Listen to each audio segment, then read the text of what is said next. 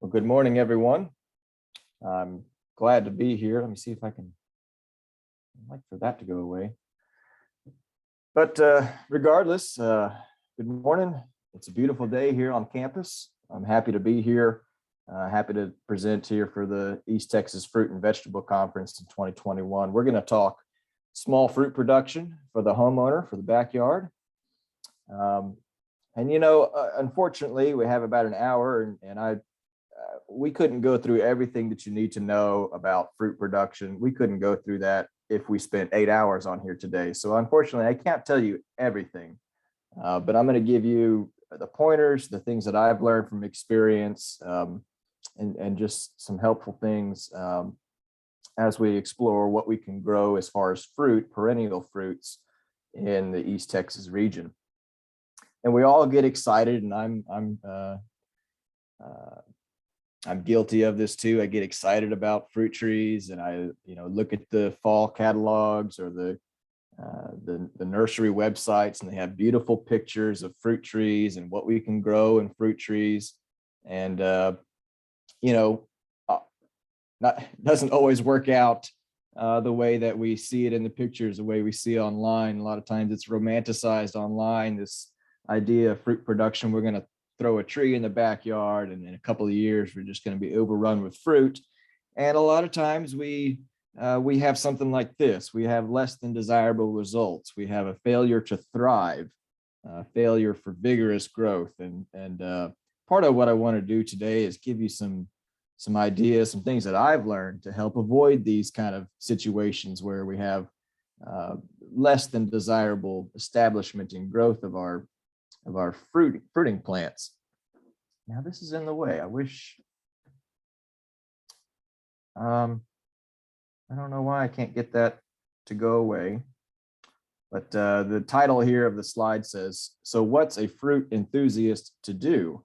And my opinion, my educated and experienced opinion is I've gone more towards, if you're struggling to, everybody wants to grow peach trees.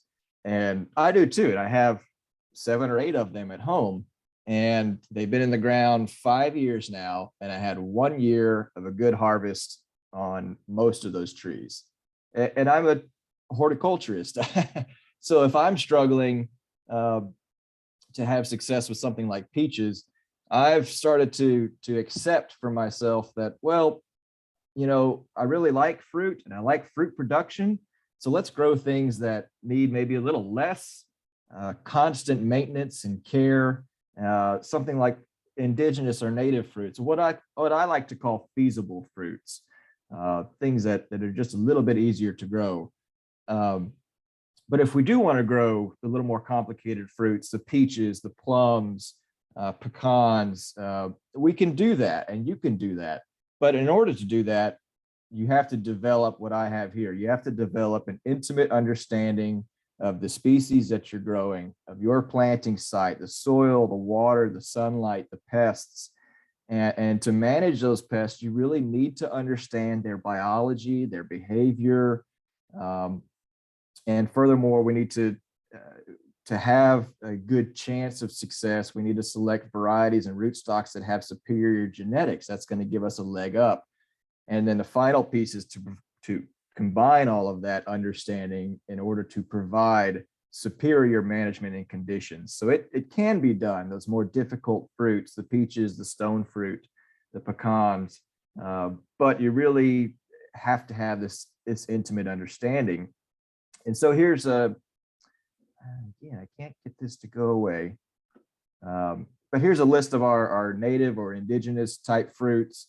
Of course, a lot of folks are familiar with dewberry up here on the top left. Dewberry is a progenitor of blackberry, the blackberry that we know from the store.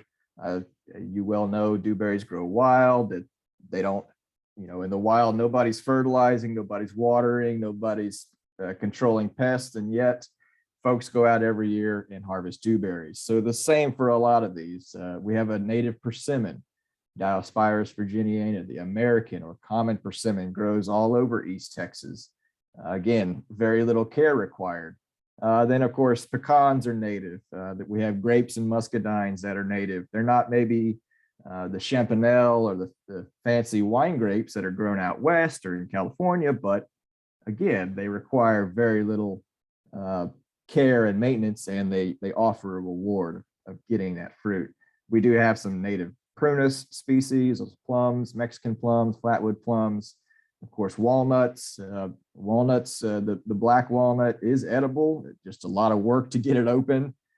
Prickly pear, maybe not as common for you folks in East Texas, although I've seen some prickly pear in East Texas. Again, everything but the root of prickly pear is edible. Farkleberry, we don't see as much anymore. It's a cousin to the blueberry, but it is again a native of East Texas, and so that's something that could be cultivated. Passion fruit, a lot of people actually, before they understand and realize what a passion fruit is, they think it's a weed. Well, if you let it grow, it has a beautiful flower and it actually has edible fruit. Pawpaw is gaining some more acceptance and more recognition in the fruit growing world. Pawpaw is a native fruit of the southeastern U.S. It's kind of a custard tasting fruit. It's sort of looks like the shape of a mango. Pawpaw is gaining some popularity, although I've found it's a bit tricky to grow. Still kind of learning how to grow that. Mulberries are wild and native here, grow all over. They're a little bit small. The fruit is fairly small, but again, very little or no care, and we have a rewarding fruit harvest. Agarita or wild currant there on the bottom, again, that's more of a western species, makes a little fruit that can be used. It can be used as an ornamental plant, but I don't know how well it would do in East Texas with the rains that we tend to get. Here's just an example. Prickly pear. If you have friends in the west or southwest part of even the central part of Texas, they have lots of stands of just hundreds and hundreds of fruit. Prickly pear tuna. They can be harvested and made into jellies or wines or syrups. And also, as I said, the pads are edible. Here's a picture from my grocery store of Nopalitos, cactus pads that are despined and then cooked and are cooked in eggs and other dishes. And they're wonderful edible species.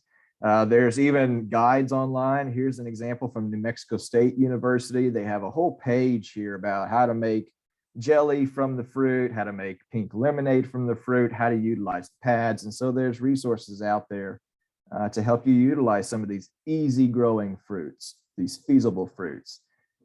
Man, I really wish this would go away because it's covering up my it's not covering it on our end, Stephen. Oh, wonderful. Great. I see American Beautyberry. Yeah, I see it. Perfect. Thank you for that. So just another example, American Beautyberry, a native of East Texas. Hopefully all of you have seen this. Again, I got tired of struggling with my peaches and other things at home. So I just dug up some American Beautyberry from a wild place, brought them to my house. I planted them, watered them a little bit to get them established, and then I have not touched them since. And it's been 2 or 3 years. This year I had a wonderful harvest. I got about a half a gallon of berries there that you see in the pot off of one plant that had literally no care, no fertilizer, no water, no weed control. Harvested the fruit, boiled it down. I tried to make jelly. Obviously, I didn't add enough pectin and it ended up looking more like syrup, but it had a beautiful red rosy color, sort of a rose petal flavor to it. It's a different flavor, but again, it was great on pancakes. And again, I didn't have to do anything to make this thing provide me with a reward, to get a reward of the fruit. So consider some of these more native, indigenous, low input fruits.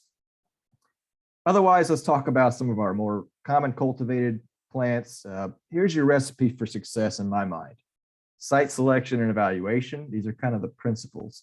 Species selection and variety selection.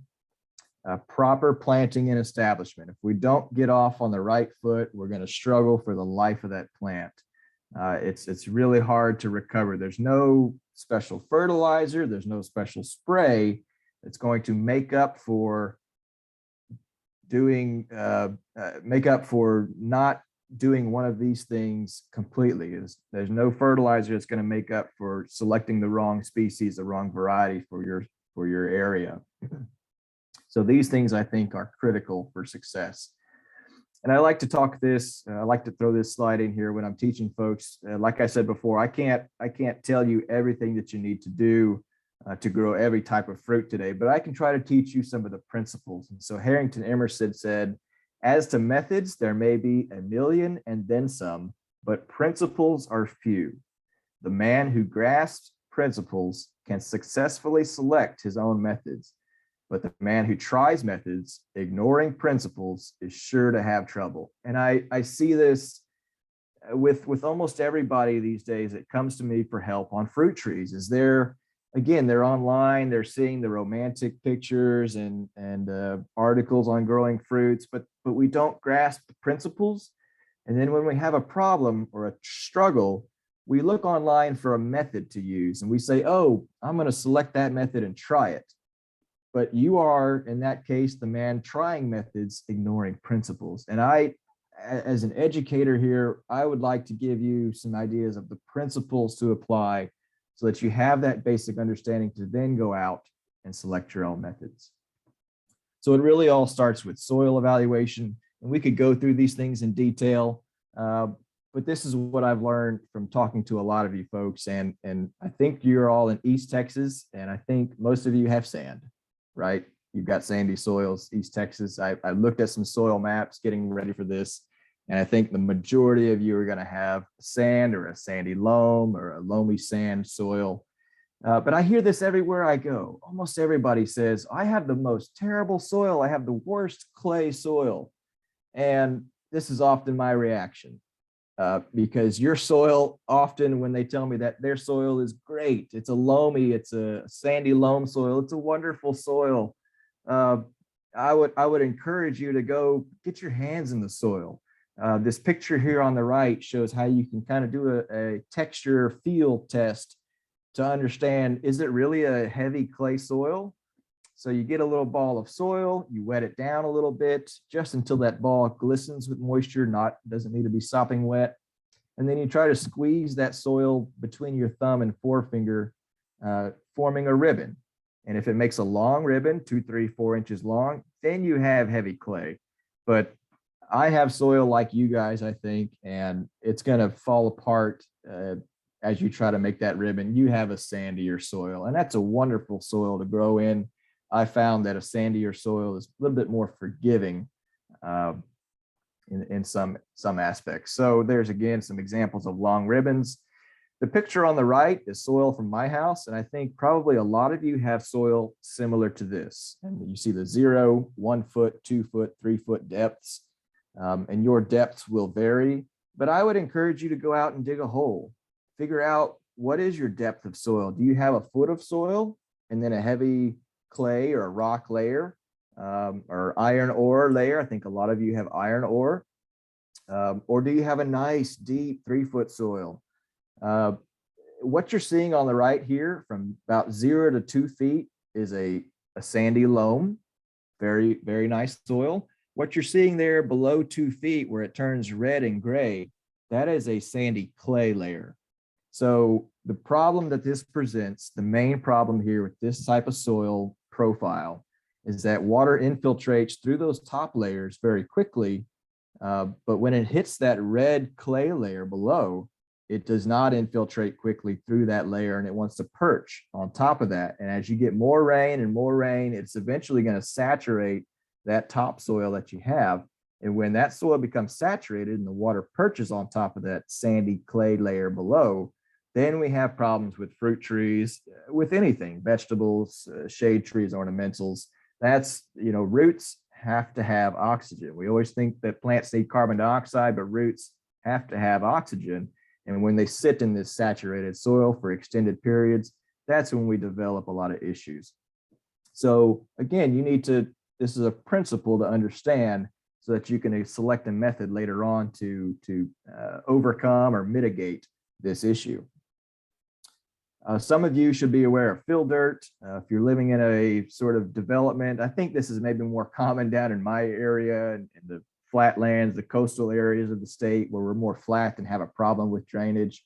A lot of new neighborhoods and developments, they bring in soil. and they build up the area to build your house on so it doesn't flood. And sometimes that soil is decent for growing, and sometimes that soil is very poor for growing plants. And so again, do some investigation, dig a hole, see what kind of soil you got. Take soil samples to see what's the pH of that soil. Is it somewhere in the range that's suitable for growing fruit trees? Probably none of you should have salinity issues. Since you're in East Texas, you get plenty of rain, so I wouldn't worry too much about salinity, but take a soil sample, submit it to our soil testing lab. When you get the results, if you don't know what they mean, come back to us, email them to me, email them to your county agent, and get some help with interpreting those soil test results. This is a big one. We need good water drainage through the soil. So here's an easy test. And I said already, dig a hole several times. Well, here's your chance. Dig a hole about 8-10 inches wide, about 32 inches deep. Not only are you going to see what kind of soil comes out of that and get a better understanding of the depth of your soil, but then fill that hole with water. And you want to do this not when we're in a drought, not right after heavy rain, sometime when the soil is just an average moisture. You fill that hole with water. If it drains within 8 hours, you've got excellent internal drainage. 8 to 24 hours, that's pretty good. Over about 48 hours, 24 to 48, that's going to cause some headache and some problems for you. If it's more than 2 days and that hole's not drained, that's an unacceptable soil to grow fruit trees. You're going to have to do something to overcome that issue. Because as I said before, overwatering or excess water, saturation of soils for extended periods is a major killer of fruit trees. This is an example of root rot. You see the root here. I don't know if you can see my mouse, but this is sort of healthier looking tissue. It should be white, but this is root rot, often Phytophthora root rot, where this root is brown and dying. And that's often caused by overwatering or excess soil moisture. We see your mouse, Stephen. Terrific, thank you. The next thing to consider is sunlight. I see this all too often as well. I go to a homeowner's, I go to some property and they've got some fruit trees planted and it's in a convenient place for them, which is good. You need to plant your trees where they're convenient so that you can get water to them. You can check on them regularly, but they're planted in half shade. And then they wonder why the canopy is thin, the tree is not producing to its full potential. So here's an example, an aerial shot of my property. This is my little 1 acre homestead. And so obviously I've got fruit trees in it, but where do you think I planted the fruit trees? You know, I love the live oaks that we have on the property, but I don't have a whole lot of sunlight left. And in fact, I'm trying to convince the wife to let me cut down some oak trees so that I can plant more fruit trees. But look where they ended up, in those sunny areas on the northern side of the property where they're going to receive more sunlight. The stars are more peaches and citrus and different things. The red circles are blackberries that I have planted. So again, sunlight, very important. Most of our fruiting plants need 6 to 8 hours of full direct sun to really maximize their production. They can survive with less, but to reach their potential, we need 6 to 8 hours. Okay, we talked internal soil drainage, but you also need to understand surface drainage. During a rainstorm, it's a wonderful time to go out and evaluate your property. Put on a raincoat and some rubber boots and get out there and look around. Where is the water puddling? Where do you have low spots that aren't obvious when things are dry? So that you know either I need to avoid that low-lying area or I need to come up with some mitigation effort like containers or raised beds or at least some type of berm. Again, this is to improve surface drainage to avoid that saturation problem. Also, a lot of our larger perennial species, peach trees, persimmons, pecans especially, the larger the tree, the more soil depth is preferred. We like to say at least 3 feet is preferred. Now, remember that picture of my own soil back home is about 2 feet deep. So I don't have the 3 feet that we recommend that you have. So you can still grow some things there, but they probably need to be planted up in a raised bed, up on a berm. And so that not only is that a drainage mitigation, but that also gives you some extra rooting depth as well. Okay, let's talk some fruits. We like to divide them into kind of low, medium, and high input categories. And there could be some arguments made that some of these can move. Like pecans, we have in high input. But, you know, I kind of argue too that they could be low input. If you have native pecan trees on the back of the property, you could still, I mean, there's lots of people that provide no input to those native pecans. And, you know, once in a while, they make a good crop. They're not going to maximize production every single year without inputs. But as a low input, they can give you a reward sometimes. I'm going to go ahead and mark out olives. We talked about this as the meeting was, as people were coming in, and North Texas is probably too far north for olives. Even here in College Station, it's really too cold for olives. And with that, you could also probably mark out citrus as well. Persimmons, I love persimmons. Growing more and more all the time. So I talked about the native Texas persimmon. The Native American persimmon. So there's also Asian persimmons. The Native American persimmon is often very smaller fruit, about the size of a quarter, smaller than a golf ball. The Asian persimmons are a bit bigger, baseball sized, sort of. You can kind of see there what they look like. Very few problems. Sometimes a little bit of fruit drop, which we think is probably more just the tree's sensitivity to soil moisture. Sometimes they can get sunburn. Often the biggest problem is varmints. The raccoons or other varmints want to get in there and take the fruit. They can be very productive trees, as you see there on the bottom right-hand picture. They can be very productive and rewarding. You do need to pay attention to the pollination requirements. Some varieties do require a pollinizer variety nearby so that they cross and actually set fruit. And there's tons of persimmon varieties out there. We have not tested all of them, but we do know some that do work well in Texas. Fuyu is the most common. It's a self-fruitful variety, and it's also non-astringent. And if you've ever tasted an astringent persimmon, you won't forget it. It's very chalky, very bitter. You've got to let those things ripen fully. They need a decent amount of space, at least 12, 15 feet.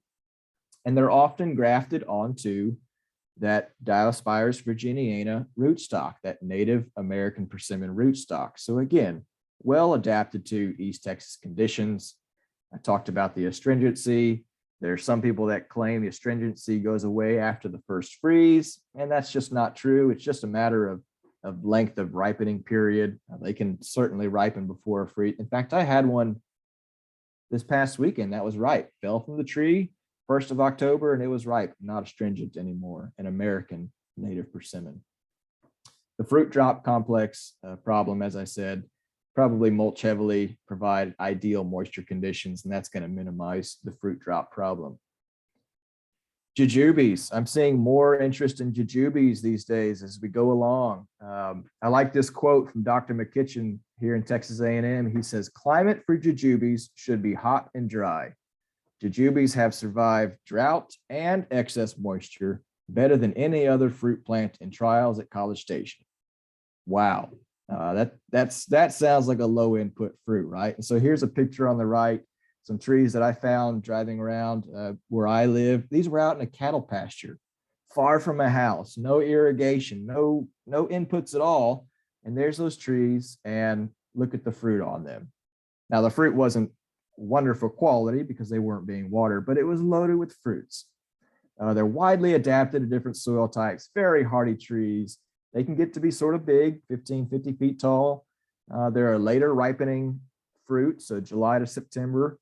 A lot of people complain that the fruit is sort of spongy. It's kind of like an apple, but some people claim it's sort of spongy and dry. But our experience has shown that if the tree is well watered, has good moisture, that fruit tends to be more crispy and juicy, more like an apple. I think a lot of times folks think, well, this is a hardy tree, it's drought tolerant, I'm not going to water it heavily because it's drought tolerant. Well, then they end up with a more dry kind of fruit eating experience. So keep them well watered, but they can survive extremes in cold, extremes in hot. The only problem, if it's a tall tree, getting the fruit off the tree, that's a sort of a minor inconvenience. Root sprouting, they do tend to want to sucker and send up root suckers throughout the yard. So be aware of that. That's probably not one that you want right in the front yard, but maybe somewhere towards the back in an unused portion. And some of the varieties are quite thorny. But again, we just have some trade-offs in life, right? There's hundreds, maybe thousands of varieties. Honey jar and sugar cane seem to be some of the more desirable. Folks have a better eating experience with honey jar, sugar cane. Chico, as you see on the bottom there, produces a nice big fruit, and so there's tons of varieties to try. Lee, the variety you see on top left there, Lee, and the bottom one, Lang or Long. Lee and Long are probably the most common Jujube varieties that you'll see for sale, and they're good, but there's probably more desirable varieties out there, such as honey jar or sugar cane. Some of the varieties are best left on the tree and just let those fruit dry on the tree. They're kind of eaten as a chewy dried candy, and it kind of concentrates the sugar in the fruit. And some are best eaten fresh when they're still crispy and sort of a green and transitioning to green brown. So a very versatile fruit that needs more attention. I think they can be very productive. They can produce fruit the second year after planting.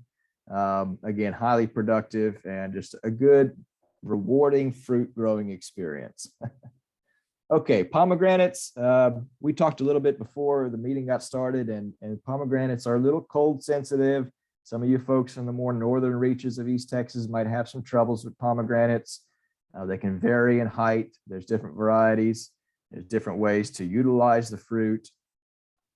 Again, as I talked about, the major limitation is the low temperature tolerance.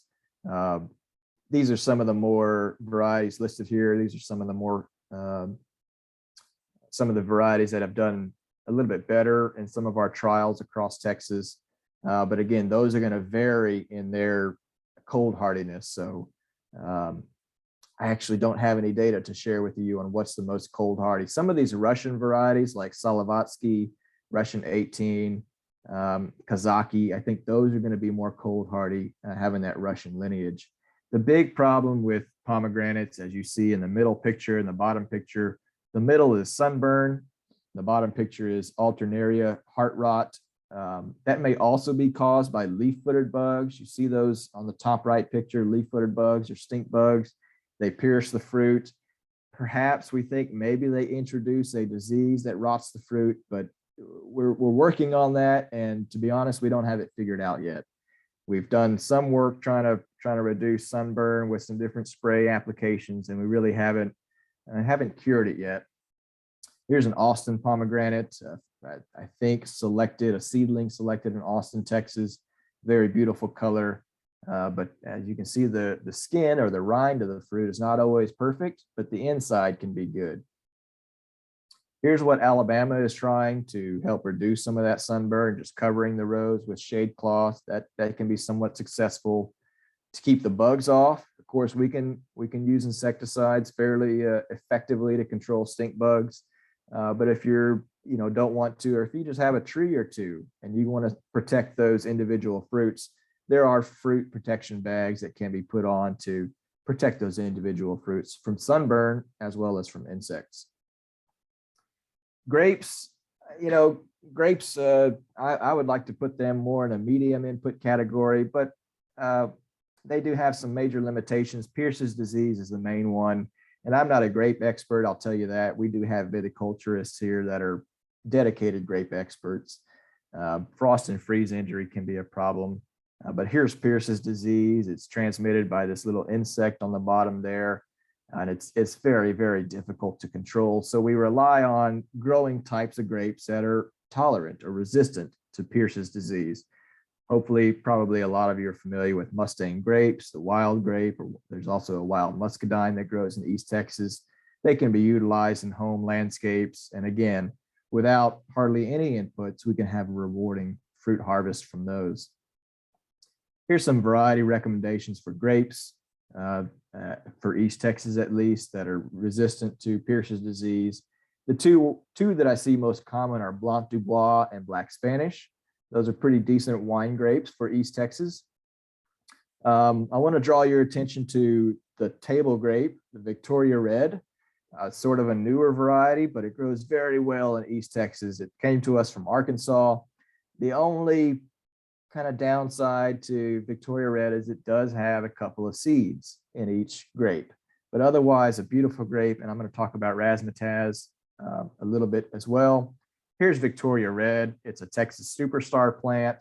You can see the cluster is a little more loose, so it doesn't have the rotting problems that we have typically in wine grapes, but beautiful red color. They can make long clusters. In fact, I believe in Dallas, AgriLife or Master Gardener, somebody has a project going on growing these organically without any commercial pesticide sprays. So they can be grown. Obviously, they do need protection from varmints and birds. So you see the bird netting in that middle picture. But Victoria Red, look into it and give it a shot. Razzmatazz is gaining some popularity. It's a neat little plant to grow, especially for the backyard. It has a long fruiting period, as you see there, from July to the first frost here in College Station. The grapes themselves are sort of small. The clusters are sort of small, but again, a rewarding experience with low inputs. So you could look into Razzmatazz as well. Muscadines are gaining popularity. I don't know a lot about muscadine, but I wanted to let you know that's an opportunity as well. There's hundreds of varieties. We do have some now that are starting to get seedless. So there's that going on. But personally, I don't enjoy all that much the flavor of muscadines, but there's a lot of folks that do. High sugar content. They tend to escape some of the freezing and frost problems that we have. So muscadines could be grown, but they need trellising and training, just like a grape would. If you're in this area of Nacogdoches, Stephen F. Austin University, Dr. Creech has a wonderful variety trial. In fact, as you see his post there, I guess it's a month old on Facebook. Go ahead and follow Stephen F. Austin SFA Gardens if you're on Facebook and see what Dr. Creech is doing. But he's got a wonderful variety trial, and he actually invited folks out to come and pick those different varieties and get to experience and taste them themselves. So take a look at that if you're interested in muscadine.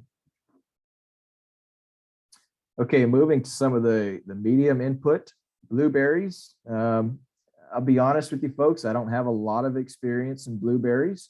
Where I'm at, my soil is not quite acidic enough. The pH is not quite low enough for blueberries, and I just haven't gone through the trouble of growing them in containers. But blueberries could be a wonderful option for you folks in East Texas.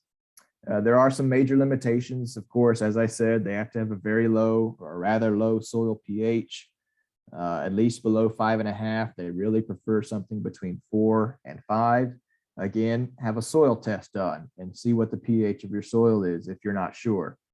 If your pH is above 5.5, I'm kind of sorry to tell you, but you're not going to feasibly be able to lower that pH. We can take a low pH soil and raise it by adding limestone, but it's almost impossible to take a neutral or high pH soil and lower it to where blueberries need to grow. So if your native soil is not a low enough pH, not at least 5.5, then I would really recommend growing these in some type of container. Biggest problem, or one of the biggest problems, is maybe spring frost. They tend to flower early and can be caught by a late frost. So that's a challenge. Again, if they're in a container, you could bring them inside maybe and protect them from that spring frost. Of course, birds love the fruit. The blueberry fruit tend to be right on top of the bush, just presenting themselves to the birds. So that can be an issue. But there's ways, of course, to mitigate around that. High rainfall, sometimes as the fruit develops and as it reaches maturity, high rainfall can rot the fruit. Most varieties do need a pollinizer variety nearby so that they can cross and you have a good fruit set. So you have to be paying attention to that. Some of these other fruits that I've talked about, if I didn't mention the need for pollinizers, then they are self-fruitful. They don't need another variety nearby to pollinize. It's sort of a medium-sized bush, so the spacing can be a little bit closer. They do best in full sun. I visited people before that say, well, my blueberry just isn't thriving. I have to give it afternoon shade. And that might be necessary as the plant is getting established in the spring to protect it from the afternoon sun. But once it's established, that plant should be able to thrive in full day, 8 hours of direct sun. And if it's not, there's something else going on. There's a root problem, there's a soil problem. There's some other issue that needs to be addressed. Mulch, mulch, mulch. They're fairly shallow rooted plants. So we would really recommend generously applying mulch to these and really to all of these fruit trees, but blueberries especially need lots of mulch. Here we have a list of acceptable varieties. You need to pay attention mostly to the chill hours. So some of you folks in the far northeast Texas, you're going to be around that 800 chill hour range. Below about Dallas, you get to about a 600, 650 hours. You can do an internet search. Texas A&M has some maps on where the different chill zones lie throughout Texas, so you get an understanding. So pick your varieties based on chill hours, and then make sure you have some complementary pollinizer varieties. As I said, they can be grown in containers. They really do best with a slow release fertilizer. You could use compost for that to satisfy the nutritional needs of the plant. Otherwise, a good slow release high nitrogen fertilizer is best. And we don't want to use soil in pots.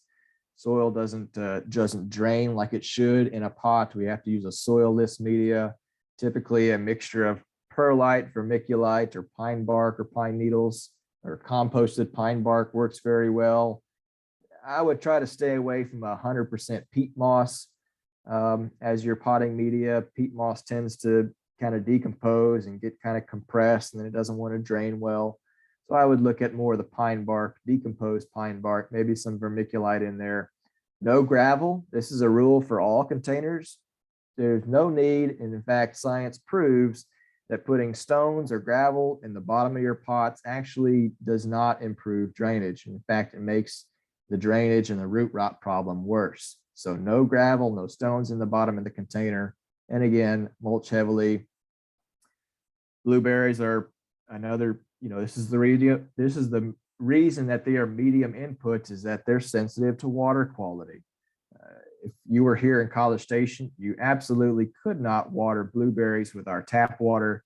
College Station water is very high in salts, very high in salinity.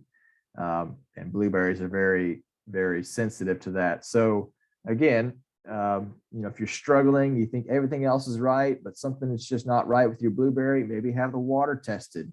You can go to that same website, soiltesting.tamu.edu. You can download the form, collect your water sample, send it off.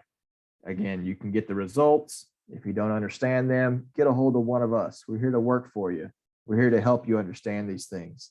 So water quality is very important for blueberries. You see there on the bottom, moderately tolerant of salty water, Jujube, olive, and pomegranate. So there's you have a high salt situation. There's some of your options.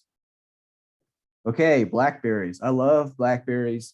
I'm getting more and more into blackberries. I've got some projects going on with blackberries. When people want to grow perennial fruits at home, and they don't have much experience, this is where I tell them to start. Start with blackberries. We've got wonderful varieties these days. They're fairly low maintenance, although they do have some challenges, but they're widely adapted to different soil types, different soil pH. They tend to escape some of the late spring frost, so they're a little bit later blooming in the spring to avoid that problem. A lot of the varieties we grow now come from the University of Arkansas, and so blackberries of those type made it through our February freeze this year without a problem. In fact, this is a picture from May of this year.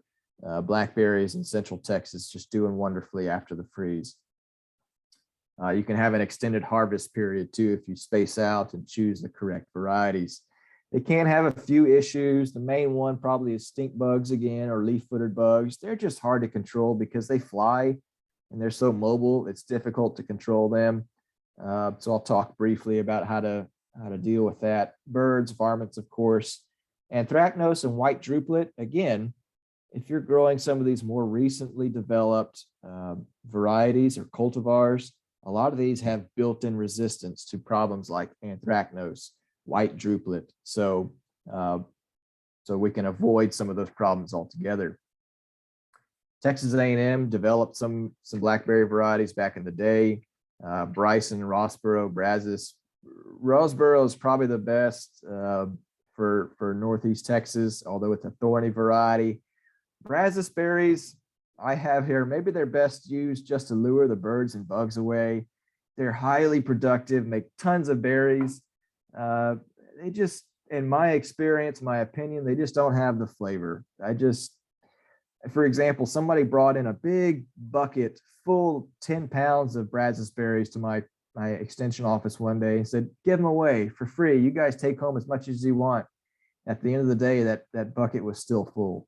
Nobody took any home. They just weren't all that flavorful. They just weren't all that enjoyable. Natchez is one. Again, this is one that comes from Arkansas. It's a Texas superstar. I believe it is a thornless variety, so it has some built-in resistance as well to these disease problems. So Natchez is one to look at. And to have some water.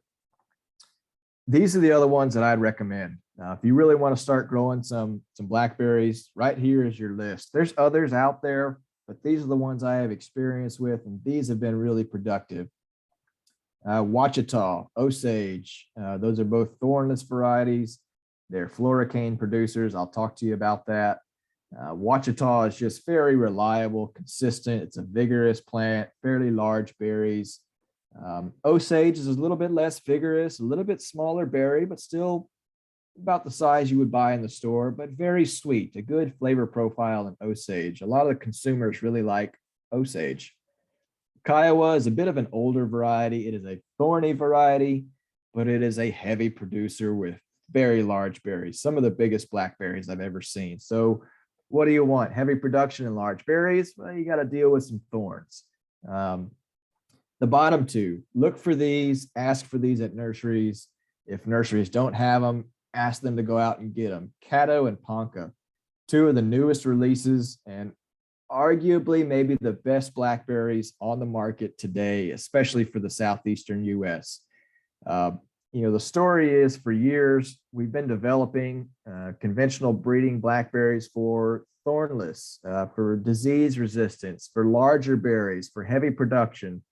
And over that time and that breeding, we've lost a little bit of the flavor.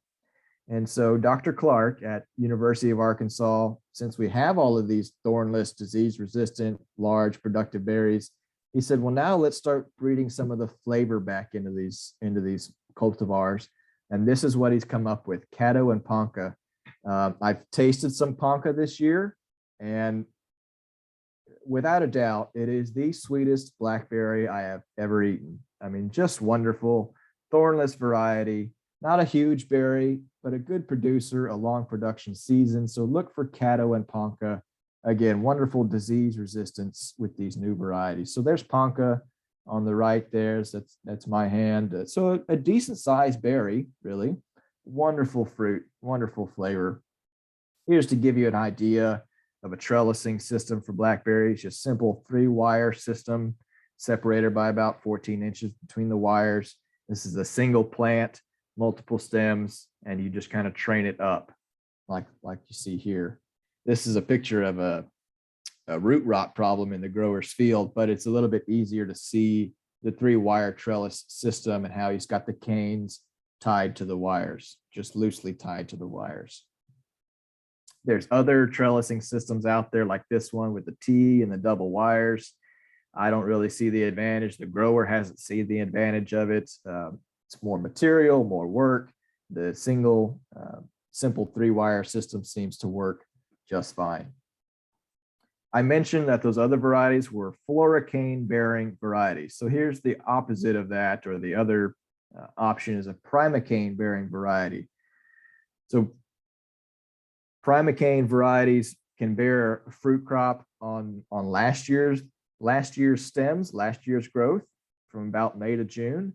And then they can also bear a second crop on the primocane. So the new growth that comes out this year, about July or August, that new growth can also flower, on primocane bearing varieties.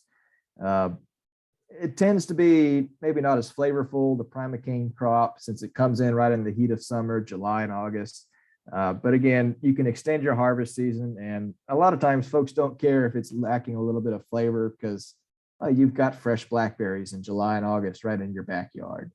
There's a couple of varieties I'd recommend: Primark Freedom, Primark Traveler. Both are thornless.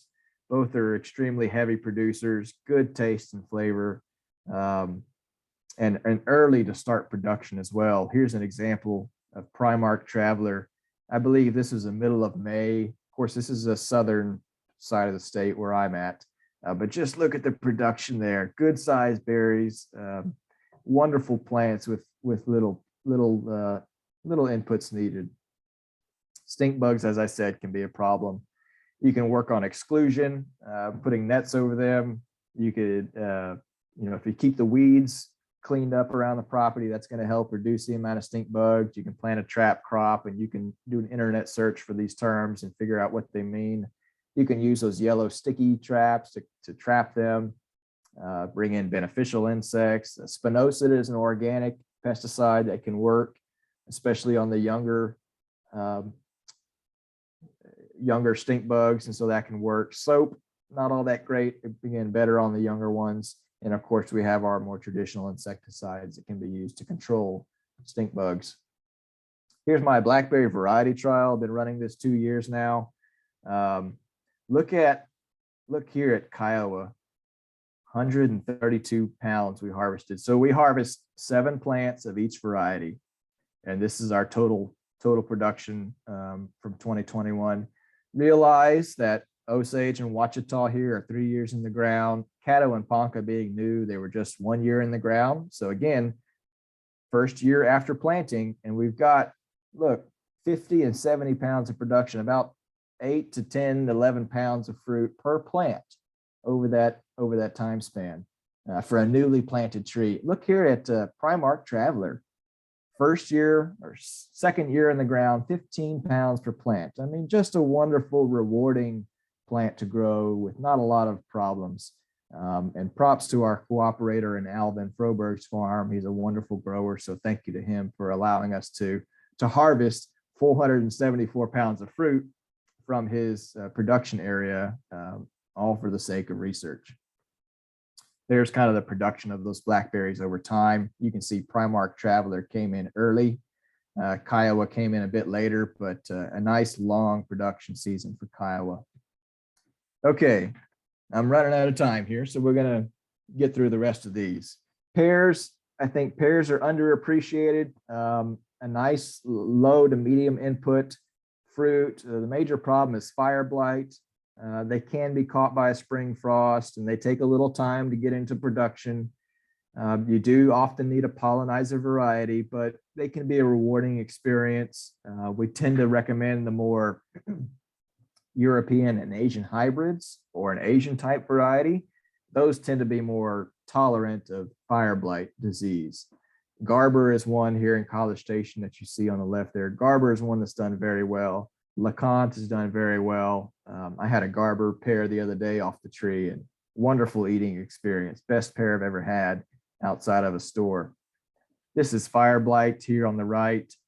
I'll let you guys go through these recommendations here later on. I don't have to belabor these points, but fire blight could be an issue.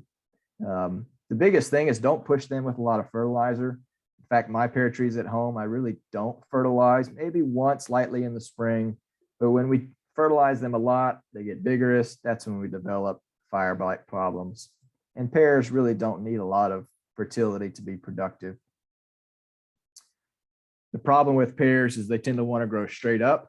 and they don't get to set fruit until those branches start to fold out wider and have a wider angle and have sunlight exposed to that branch. And so you can overcome that problem, get them into production earlier by doing this, some type of training where you're either placing weights on the branches to pull them down, or you're maybe placing a wedge between the branch and the trunk to hold it at a wider angle. This should be done about midsummer and left on at least until about midwinter, and then that branch should stay in that place. Figs, let's talk figs. We were talking before the program here that the major limitation for you folks up north is cold, is freezing temperatures. Nematodes can be a problem in sandy soils. Birds, of course. Fig rust is I mean, just about every fig deals with rust. It's a foliar disease. The leaves often fall off later in the summer. There's no labeled products that you can use to control it. And really, it doesn't seem to threaten the life of the tree or affect the productivity very much. So not a big issue. No pollinizer needed. But they are rather shallow rooted. So again, mulch heavily and keep that soil moisture in a nice moderate zone. Alma is a Texas A&M variety. It's probably a little bit too sensitive for you folks that are in the northern part of East Texas, but a wonderful variety. This is mine at home. You can see the fruit is not all that pretty. I don't know what's going on with the fruit, but the inside, I eat the whole thing except the stem, and there's no problem with flavor. So again, don't let the appearance get to you. We need to adjust our perception sometimes. This is a beautiful, wonderful fruit. Celeste is probably what I'd recommend for most of you in that northern region. It tends to be the most cold hardy. In fact, there's Celeste trees in central Texas that did not have any freeze damage after our February 2021 freeze. So I'd look into Celeste. Here's some other varieties that we'd recommend that we have experience with in Texas. Again, there's hundreds of varieties of figs. I see people trying them all over, and a lot of them can be good and they have been productive for folks. But these are the ones that we know do well. So that's what we're recommending. High input trees. I'm not going to go into a whole lot of, again, we could spend all day talking about plums and peaches. There's just so much to know. Even our next speaker, I don't know if he's on here yet, but Dr. Nesbitt, a very accomplished horticulturist, has peach trees, I don't know, maybe 60 trees in the ground for maybe 6 years now. And he too has had one successful harvest. Now, he and I share the same problem where we're just extremely busy with work and school. And so we don't often provide the perfect care. But it just goes to show that plums and peaches are a little more challenging. They can be grown, certainly. Major limitations: spring frost, erratic production due to not enough chill hours when we have warm winter experiences. And then plum curculio is the one that ruins a lot of people's day. You got the fruit set and then you go out and they all fall off and they've got worms in them. And it's just very hard to control plum curculio. There's some recommendations on plum varieties. We talked about chilling. Peaches are labor intensive with pruning and thinning, weed management and spraying for insects, controlling insects. Again, we've got fact sheets on all of these fruits that can go into the details of how to control the different pests and how to provide the best management, the fertilization that these trees need. The biggest mistake I see is a lack of thinning. We don't want to take any fruit off the tree. We want to keep them all on there. But if we don't thin the stone fruit and peaches, we're going to end up with small sized fruit that's not going to develop to the big juicy peach or plum that we're looking for. So thinning them to at least 1 every 8 inches will help you with that. It's a resource allocation problem. The plant just doesn't have enough water and nutrients to fill out all those hundreds of fruit. So thin them out and you'll have a better fruiting experience. Plum curculio, again, this is going to be recorded and I'll let you folks go through and read all of the recommendations here. You can do some research as well. I've got some cultural methods to help control them, some mechanical methods to control them. And then of course there are chemical methods, some that are organic, so the pyrethrins, the kale and clay. Perhaps even there's some new research going on with entomopathogenic nematodes. Some good research going on in Georgia, looking at the, and of course I misspelled promise there on the bottom, but that new area of research does show some promise for helping to control plum curculio without such heavy reliance on our typical pyrethroid insecticides. Texas A&M has developed some very nice new peach nectarine varieties, even white peaches. Again, our Aggie Horticulture website has listings of all of these. Give some of these a try, request them at your nursery so that they know people want them and are looking for them. Wonderful white, low acid peaches that are developed here at Texas A&M. Apples, yeah, we struggle to grow apples in Texas for a lot of reasons. A lack of chilling. You know, the best apple varieties need over 1,000 hours of chilling, and they're just better grown in the northern regions. But you can grow some of these like Fuji, Gala, Molly's Delicious, Pink Lady. They do have problems. They like to flower early and they can get caught by a frost. Fire blight also on apples is a problem. Cotton root rot, powdery mildew.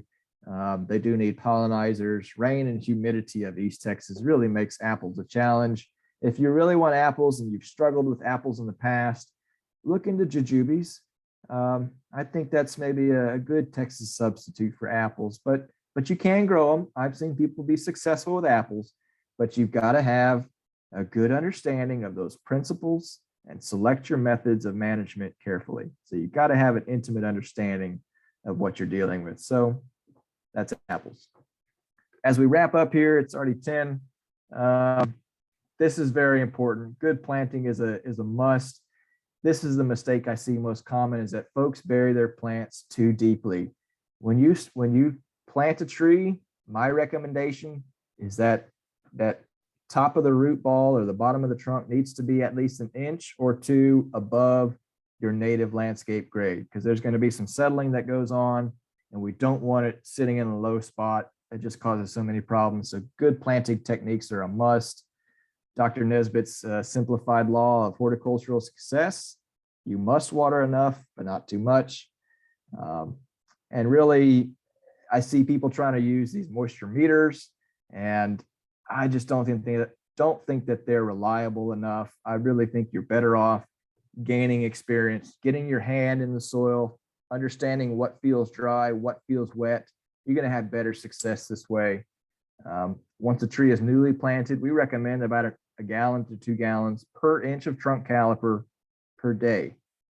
So there was some research done where they found out it's not the volume of water you supplied, it's the frequency of water you supplied that really impacts good establishment of your fruit trees. Real quickly here, understand that to really have the tree thrive, you've got to control the competition, and not a small area around the trunk, a 6x6, 7x7 weed-free area all around that tree. There's tons and tons of research that says this is absolutely true. You're going to have better growth, better production if you control the weeds. Takes 80 gallons of water to grow 1 pound of weeds. One of our specialists did that for his PhD and found this fact right here. So just realize they're stealing the water. And if you can control the weeds and apply mulch, you're going to be a lot better off. Again, lots of research that supports mulch use. Here's just my fig tree at home, my Alma fig. Look at these peach trees. This is my last kind of point here. As a horticulturist, I sometimes think that I'm smarter and I can not do as I say. And I didn't mulch this year, thought I could keep up with irrigation. And my sandy soil, it's just not possible. Get some mulch on these trees and you're going to be a lot better off. It's going to moderate that soil moisture for you and provide a bunch of other benefits. You can read through this later. Other fruits are promised. Look into golden kiwi again, and Nacogdoches. They're doing some interesting things with golden kiwi. That's basically what I have. If you folks need help, again, look at our Aggie Horticulture website. There's fact sheets on all of these fruits we've talked about that gives you the details. If you're going to do some internet searching, I like to include these terms So search apples, TANU, or Jujubes Extension. That's going to give you reliable results from a reputable resource like a university or extension system. So that's it. Thank you